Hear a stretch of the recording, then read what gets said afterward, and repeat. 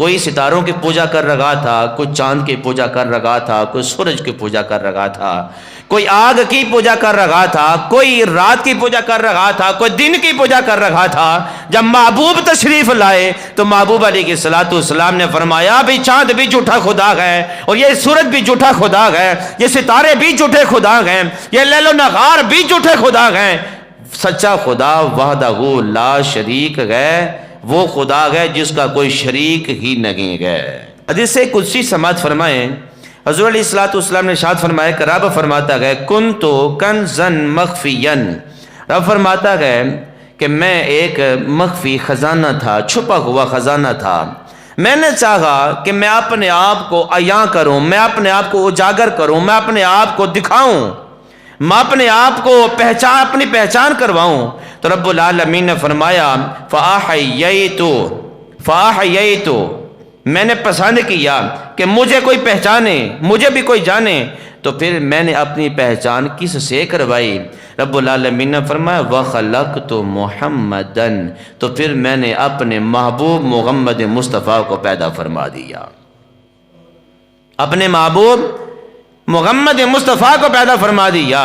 یہ وہ محبوب ہیں، یہ وہ تاجدار ختم نبوت ہیں جنہوں نے اللہ رب العالمین کی معرفت کروائی۔ حضور کے آنے سے پہلے رب کو کوئی نہیں جانتا تھا، کوئی ستاروں کی پوجا کر رہا تھا، کوئی چاند کی پوجا کر رہا تھا، کوئی سورج کی پوجا کر رہا تھا، کوئی آگ کی پوجا کر رہا تھا، کوئی رات کی پوجا کر رہا تھا، کوئی دن کی پوجا کر رہا تھا۔ جب محبوب تشریف لائے تو محبوب علیہ السلام نے فرمایا بھی چاند بھی جھوٹا خدا ہے، اور یہ سورج بھی جھوٹا خدا ہے، یہ ستارے بھی جھوٹے خدا ہیں، یہ لیل و نہار بھی جھوٹے خدا ہیں۔ سچا خدا وحدہ لا شریک ہے، وہ خدا ہے جس کا کوئی شریک ہی نہیں ہے۔ حضور علیہ السلام کا نور اللہ نے اپنے نور سے پیدا فرمایا، تو حضور سے پہلے کوئی بھی نہیں تھا، کچھ بھی نہیں تھا۔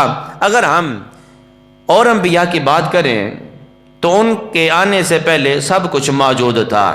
اگر ہم آدم علیہ السلام کی بات کرتے ہیں تو اللہ رب العالمین نے جب آدم علیہ السلام کو پیدا کرنا چاہا نا، تو رب العالمین نے فرمایا انی جاعل فی الارض خلیفہ۔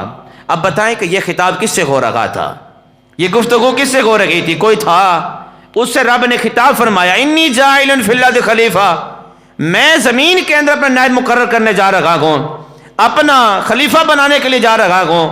یہ خطاب کس سے کیا؟ اللہ رب العالمین نے فرشتوں سے کیا۔